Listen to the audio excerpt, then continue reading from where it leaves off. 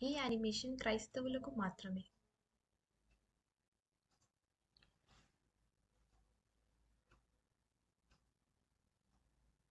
యేసుక్రీస్తు సాతానుని తన శిలువపై ఓడించాడు. అందుకు సైతాను మరియు సమస్త చెడు దేవుని రాకడలో వారి తుది తీర్పు నిర్ణయింపబడిందని, వారి సమయం చాలా కొద్దిగా ఉందని వారికి తెలుసు. దేవుడు ప్రతి క్రైస్తవుడిని నిత్యజీవపు వెలుగునకు చేరడానికి శత్రువు ఆక్రమించిన భూభాగాన్ని స్వాధీనపరచుకోవాలని ఆజ్ఞాపించాడు.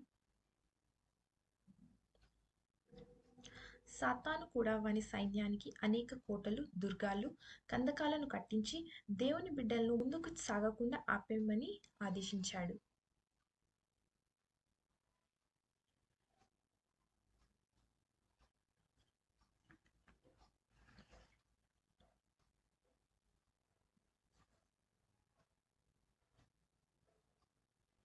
దేవుని బిడ్డలు ముందుకు రాగా సాతాను తన మషిన్ గన్స్తో వారిపై దాడి మొదలు పెడతాడు. సాతాను మతపరమైన సైనికులను దేవుని బిడ్డలపై దాడి చేయడానికి వాడుకుంటాడు. ఈ మతపరమైన సైనికులు దేవుని కంటే క్రైస్తవ మతానికి ఎక్కువ ప్రాధాన్యత ఇస్తారు. ఆ దాడులకు దేవుని బిడ్డలు భయము, కంగారుతో పారిపోతుంటారు. వారు కందకాల నుండి తిరిగి వెనుకకు పరిగెత్తుతుంటారు.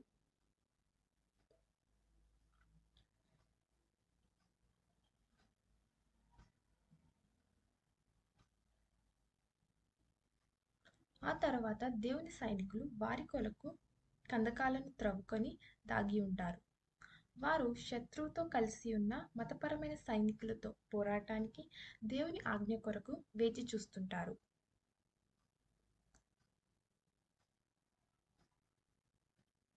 కానీ దేవుడైతే శత్రువును ఎదిరించి నిత్యజీవ వెలుగునకు ముందుకు సాగమని ఆజ్ఞ ఇచ్చినప్పటికీ ఎవరు ముందుకు వెళ్ళడానికి ధైర్యం చేయరు.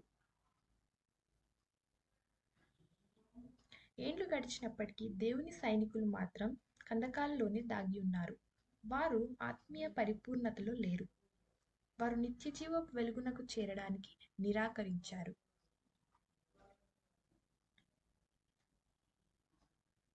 సాతాను బలమైన ఆయుధాలతో దేవుని సైనికులను ముందుకు చేరనీయకుండా వారిని ఆపడానికి, నాశనం చేయడానికి బలమైన సంరక్షణను కలిగి ఉన్నాడు. ఎందరో మతపరమైన సైనికులు సాతాను కోటలలో దాగి ఉండి దేవుని సైనికులకు ఆటంకంగా ఉన్నారు.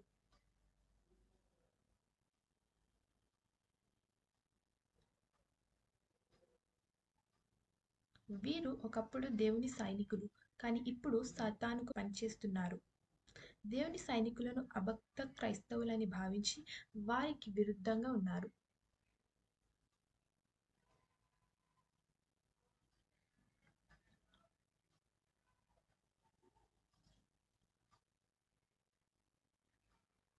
దేవుడు తన సైనికులు నిత్యజీవ వెలుగునకు చేరడానికి ధైర్యం చూపట్లేదని గుర్తిస్తాడు.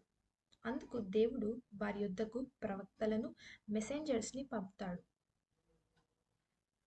మీ చెడు పథాల నుండి తిరుగుడి, పశ్చాత్తాపపడి దేవుని తట్టు చేరుడి, ఆయన దయగల దేవుడు అని వారు చెప్పినప్పటికీ ఎవరూ కూడా వారి మాటను వినలేదు. వారు అభక్త ప్రవక్తలని భావించి వారిని నిరాకరించారు.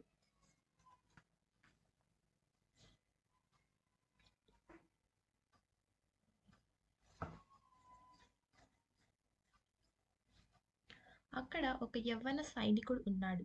అతని పేరు జాషువా, అంటే దేవుడే ముఖ్యం అని అర్థం. అతడు ఒక ప్రవక్తి చెప్తున్న మాటలను శ్రద్ధగా వింటాడు. మీకు పరిశుద్ధాత్మ కావాలి అని ఆమె బోధిస్తుండగా జాషువా నాకు పరిశుద్ధాత్మ ఎందుకు కావాలని అడుగుతాడు.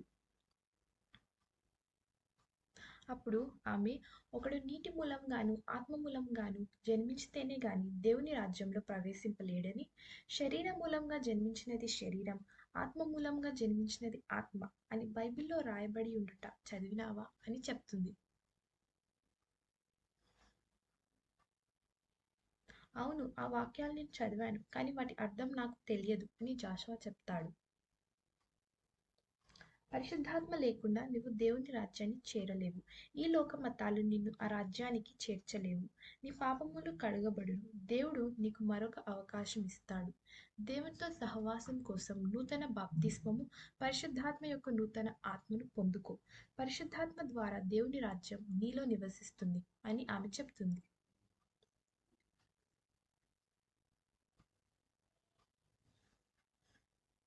నిజమా?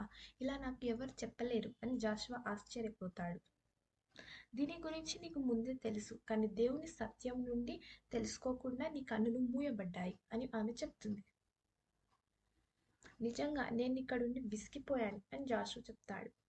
నీకు అలా అయితే నీకు పరిశుద్ధాత్మ కావాలి అని ఆమె చెప్తుంది. అవును, నాకు పరిశుద్ధాత్మ కావాలి అని జాషువా అడుగుతాడు. ఆమె జాషువాపై చేతులుంచి ప్రార్థించగా పరిశుద్ధాత్మ అతనిపై వచ్చినప్పుడు జాషువా భాషల్లో మాట్లాడుతూ ప్రవచించడం మొదలుపెడతాడు.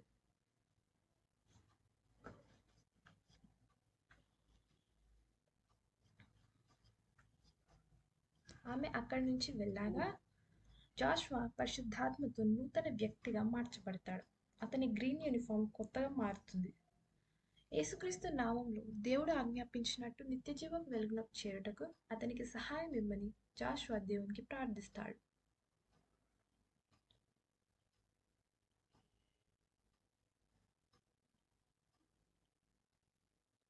ఇక్కడ ఒక ట్యాంక్ కనబడుతుంది. దీన్ని చూసి జాషువా చాలా ఆశ్చర్యపోతాడు.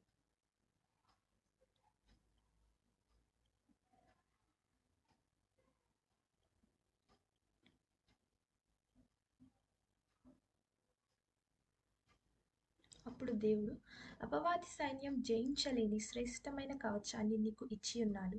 దీని లోపలికి వెళ్ళు, నా ఆత్మ నీ కొరకు ఎదురు చూస్తుందని దేవుడు చెప్తాడు.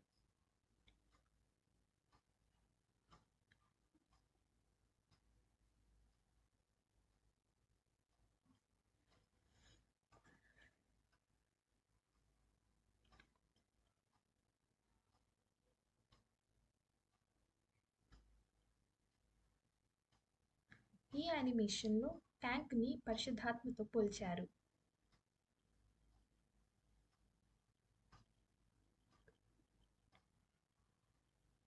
ఈ ట్యాంక్ దూరంలో మరియు ఎత్తులో వస్తున్న అపవాది దాడులను జయించే సామర్థ్యాన్ని కలిగి ఉంటుంది.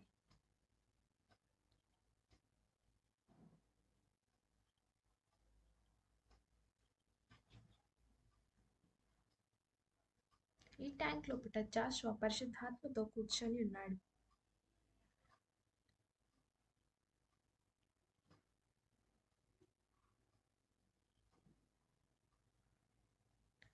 నేను నీకు తోడుగా ఉన్నాను. దేవుడు ఇచ్చిన శక్తితో నీవు సమస్తాన్ని చేయగలవు. ఇప్పుడు సిద్ధపడి ఈ ట్యాంక్ని ముందుకు నడిపించు అని పరిశుద్ధాత్ముడు జాషువాకు చెప్తాడు.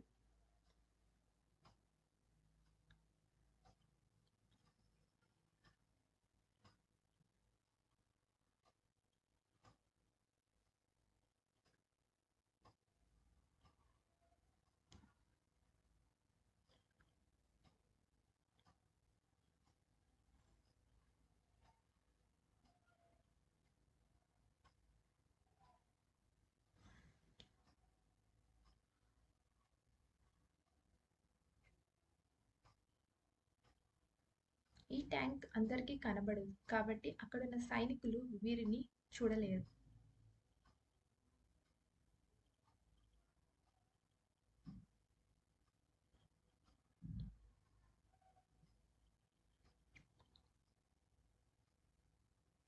జాషువా ముందు ఉన్న సాతాను కోటలపై దాడి చేయమని పరిశుద్ధాత్ముడు చెప్తాడు.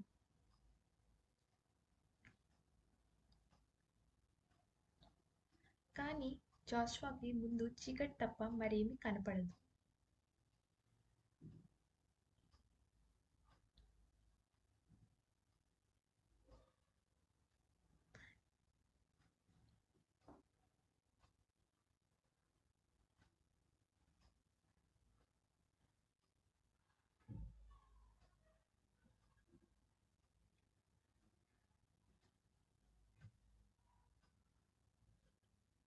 క్రిందికి దిగు జాషువా, నీకు చూపిస్తాను అని పరిశుద్ధాత్ముడు చెప్తాడు.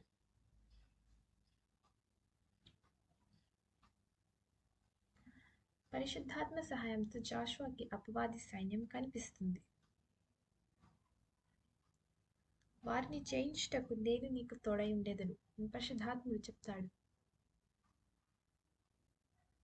మతపరమైన సైనికులు అపవాది దుర్గాలకు కావలిగా ఉన్నారు. వీరు ఎప్పుడూ దేవుని సైనికులపై కన్నేసి ఉంటారు.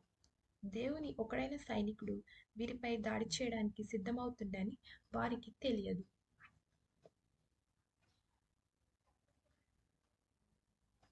జాషువా పరిశుద్ధాత్మ సహాయంతో ఎంతో సులువుగా అపవాదిపై దాడి చేస్తాడు.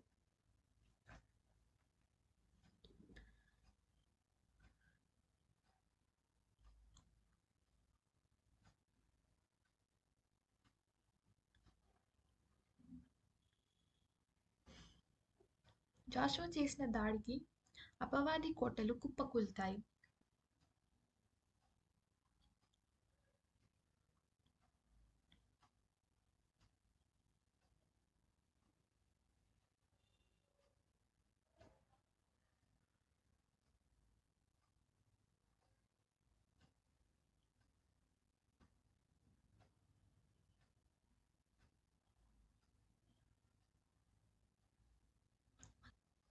అందుకు సాతాను కూడా జాషువాపై దాడి చేయడానికి సిద్ధమవుతాడు. అతని దాడులు జాషువా వరకు చేరలేవు. వాడి దాడులు విఫలమవుతాయి.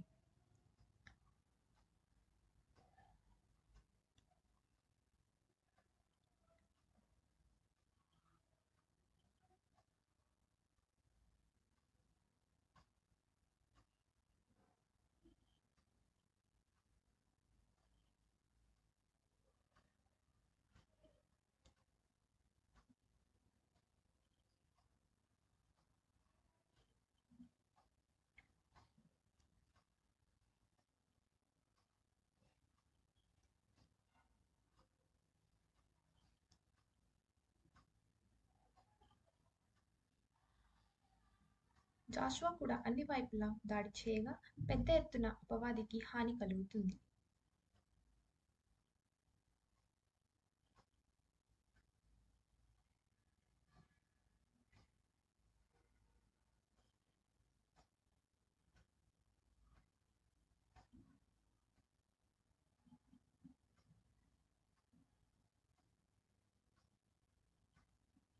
ముందుకు వెళ్ళు, అపవాది దాడులకు భయపడకు. అవి నిన్ను ఏమాత్రం హాని చేయవు. నేను నీకు తోడై ఉండేదను. యేసు నామమున సాతానుపై దాడి చేయము అని పరిశుద్ధాత్ముడు జాషువాకి చెప్తాడు.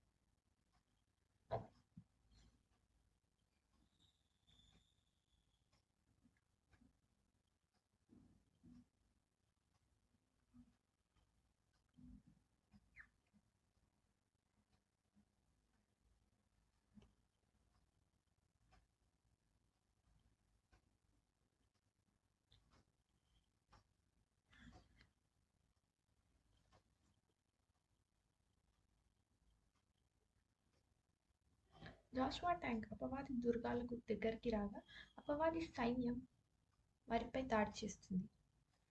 దాడులు తిరిగి అపవాదికే వెళ్తున్నాయి. పరిశుద్ధాత్మ అగ్ని వారిని నాశనం చేస్తుంది.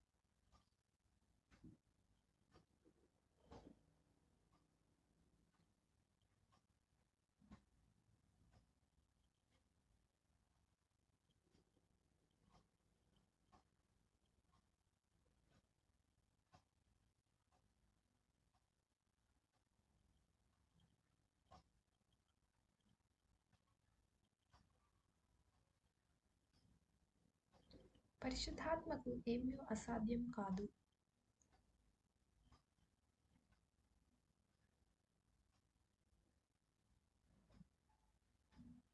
దేవుని పరిశుద్ధాత్ముడు నాతో ఉండగా నన్ను ఎవ్వరూ ఆపలేరు.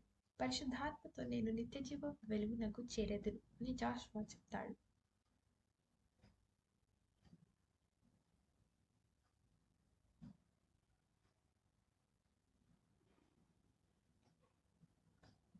సాతాను ఆక్రమించిన ఈ లోకాన్ని నువ్వు జయించి ముందుకు సాగుము అని పరిశుద్ధాత్ముడు జాషువాకి చెప్తాడు.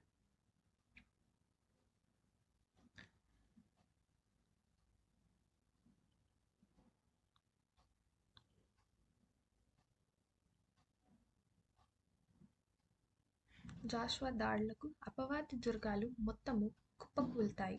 అంతటా చెల్లాచెదరం అవుతుంది. పరిశుద్ధాత్మ ఎంతో బలమైనది. ఎత్తైన పర్వతాలను కూడా కూల్చగలదు.